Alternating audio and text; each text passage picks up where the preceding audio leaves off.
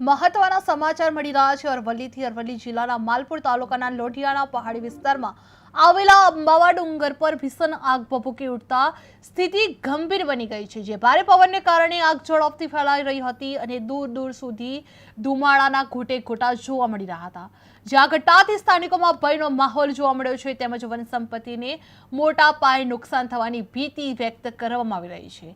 આ ઘટનાને લઈને ધારાસભ્ય ધવલસિંહ ઝાલાએ વન વિભાગ સામે નારાજગી વ્યક્ત કરી હતી અને તાત્કાલિક કાર્યવાહી કરવાની પણ માંગ કરવામાં આવી હતી। હાલ સ્થાનિક લોકો પોતાના સ્તરે આગ કાબૂમાં લેવામાં પ્રયાસ કરી રહ્યા છે, જ્યારે તંત્રની કામગીરી પર સૌની નજર છે। અંબાવા ડુંગર પર ભીષણ આગ ભભૂકી ઉઠી હતી, જે ભારે પવનથી આગ ઝડપથી ફેલાઈ ગઈ હતી।